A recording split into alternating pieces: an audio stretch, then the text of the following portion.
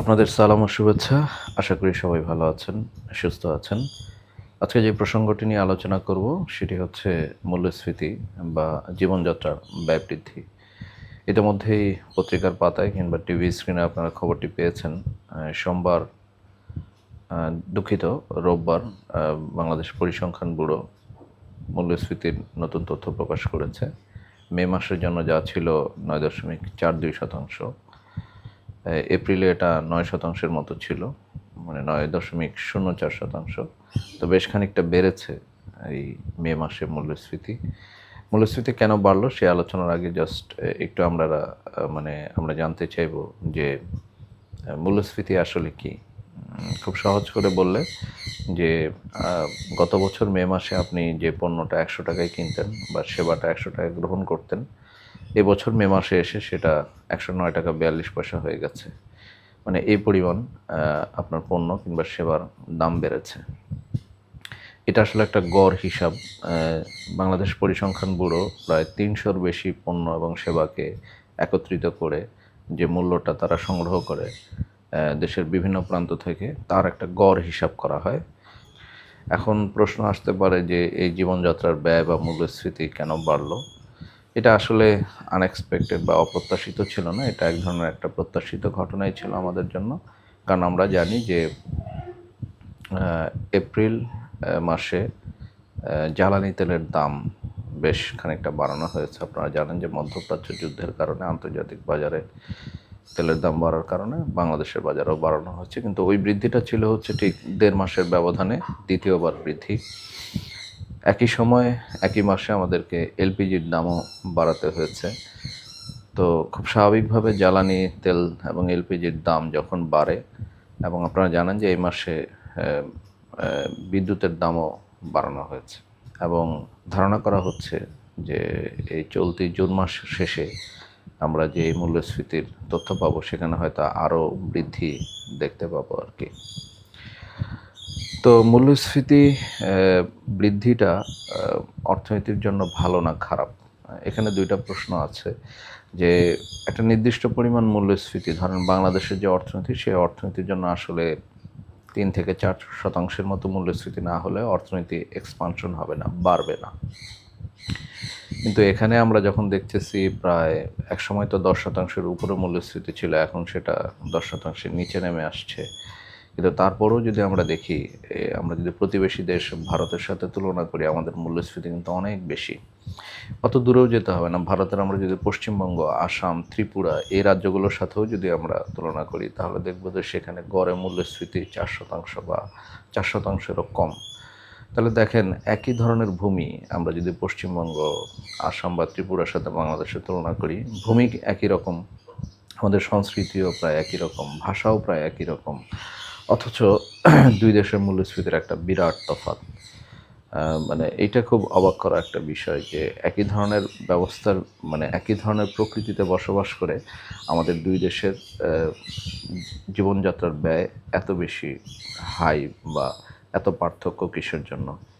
যেটা আমার কাছে ব্যক্তিগতভাবে মনে হয়েছে যে এখানে সম্ভবত দুই দেশের সরকারের যে ব্যবস্থাপনাগত পার্থক্য, সেটার কারণেই সম্ভবত এটা হয়েছে। কারণ আপনি একটা জিনিস খেয়াল করেন, আমরা কলকাতায় দেখেছি যে পরিবহন ব্যয় যদি সামান্য বেড়ে যেত, ৫০ পয়সা, ৬০ পয়সা বা ১ রুপি, তাহলে কিন্তু ব্যাপক আন্দোলন সেখানে শুরু হয়ে যায়, এবং সেখানকার ভোক্তারা কিন্তু একত্রিত হয়ে মিলে মানে বড় ধরনের প্রতিবাদে নেমে পড়ে। তা আমাদের দেশে কিন্তু এই সামান্য বৃদ্ধিতে আমরা খুব বেশি মানে প্রতিক্রিয়া দেখাই না, যতক্ষণ পর্যন্ত না অনেক বেশি মূল্য বাড়ানো হয়। কিন্তু বাংলাদেশের ক্ষেত্রে আসলে বাস্তবতাটা হলো, এখানে জিনিসপত্রের দাম বা সেবার দাম বাড়ার পিছনে মানে উপলক্ষ হিসেবে কাজ করে। ধরেন এখন তেলের দাম বেড়েছে, এলপিজির দাম বেড়েছে, বিদ্যুতের দাম বেড়েছে। এটা হচ্ছে যারা উৎপাদক শ্রেণী তাদের কাছে একটা উপলক্ষ। কিন্তু আপনারা দেখেন তারা যেই দামে পণ্য বিক্রি করতো, সেটা হয়তো আগে থেকেই অনেক বেশি উচ্চ দাম করে রাখা হয়েছে। এটার নানামুখী কারণ আছে। সেই কারণটার ভিতরে একটা বড় কারণ হতে পারে যে একটা সিন্ডিকেট, মানে ব্যবসায়ীরা মিলে একটা যোগসাজশ করে, সেটা আপনার সর্বোচ্চ টপ যারা ব্যবসায়ী থাকেন তারা যেমন করেন, ঠিক ফুটপাতে আমরা যে ফুটপাতে বসে থাকা ব্যবসায়ীদের কাছ থেকে বিভিন্ন রকমের পণ্য কিনি, ফল বা অন্য কিছু, তারাও কিন্তু সেই একই কাজ করে থাকে, বা তরকারি যে আমরা কিনি। আপনি খেয়াল করলে দেখবেন যে এরা সকালবেলা যখন একসাথে বসে এসে, তখন তারা ডিসাইড করে যে আজকে কথার কথা যে কারণ বাজার থেকে আমি 40 টাকা কেজি পণ্য কিনে আনছি, আমরা সবাই মিলে এক হচ্ছি যে আমরা 80 টাকার নিচে বিক্রি করবো না। এবং তাই হয়। আপনারা যদি একটু ইনভেস্টিগেশন করেন তাহলে দেখবেন যে খুচরা পর্যায়ে প্রতিটা পণ্যের দাম অলমোস্ট পাইকারি থেকে এখানে ডাবল হয়ে যায়। তাহলে আপনি দেখেন যে যেই পণ্যটা পাইকারিতে এসে, পাইকারি থেকে খুচরা এসে ডাবল হচ্ছে, তার মানে সে যখন পাইকারিতে আসছে তখন কৃষক থেকে আসার পরে নিশ্চয়ই ওখানে আবার দ্বিগুণ হয়েছে। তার মানে দেখা যায় যে কৃষক পর্যায়ে যে পণ্যের দাম 20 টাকা, সেটা আমি বা আপনি গ্রাহক পর্যায়ে বা ভোক্তা হয়ে আমরা 80 টাকায় কিনতে হচ্ছে, প্রায় 4 গুণ বেশি দামে কিনতে হচ্ছে। এটাই হয়। তো এই যে আমাদের ব্যবস্থাপনার কারণে এবং মধ্যস্বত্বভোগীদের যেই সমস্যা, সেই সমস্যার কারণে কিন্তু এই জিনিসটা হয়ে থাকে। তো এটার একটা বড় সমাধান হতে পারত হচ্ছে সমবায় বাজার, যেটা আমরা জানেন যে শহীদ প্রেসিডেন্ট জিয়াউর রহমান উদ্যোগ নিয়েছিলেন। তো আশা করি যে বর্তমান সরকার হয়তো সেই সমবায় বাজারের যে বিষয়টা আছে সেটাকে সামনে এনে বাস্তবায়ন করার চেষ্টা করবে। তাহলে সরাসরি কৃষক যেমন তার দামটা পাবেন, একই সঙ্গে ভোক্তা বা গ্রাহক হিসেবে আমরা কম দামে পণ্য কেনার সুযোগ পাবো। এছাড়া আছে, আপনারা জানেন যে রাস্তায় রাস্তায় চাঁদাবাজি আছে। তো এই অর্থ তো আসলে যিনি ব্যবসা করতেছেন তার পকেট থেকে দিবেন না। শেষ পর্যন্ত ভোক্তা হিসেবে বা গ্রাহক হিসেবে আমাকে আপনাকেই এই খরচটা বহন করতে হবে। এছাড়াও যেটা আছে যে আমাদের মজুদের তথ্য ঠিকঠাক মতো আমাদের হাতে থাকে না। বড় বড় কোম্পানি কত পণ্য উৎপাদন করতেছে, তারা কি পরিমাণ পণ্য আমদানি করে বাজারে ছাড়তেছে, এই তথ্যগুলো আসলে সরকার ওইভাবে মনিটর করে না। তো আমার একটা প্রস্তাব ছিল যে এই যে আমদানির যে তথ্যগুলো, এই তথ্যগুলো যেন আসলে পাবলিকলি প্রকাশ করা হয়। হ্যাঁ, কোনো একটা ওয়েবসাইট থাকে, যেমন প্রতিযোগিতা কমিশন আছে কিংবা অন্য যে কোনো ধরনের ওয়েবসাইট আছে, সেগুলোতে যেন প্রকাশ করা হয়। আরেকটা বিষয় হচ্ছে যে আমাদের এখানে প্রতিযোগিতায় বৈষম্য। ধরেন 5টা কোম্পানি এখন বাজারে আছে, তারা পণ্য সরবরাহ বা উৎপাদন করতেছে। এখানে নতুন একটা কোম্পানি যদি বাজারে আসতে চায়, তাহলে দেখা যাবে সে নানা রকমের প্রতিবন্ধকতার ভিতরে পড়ছে।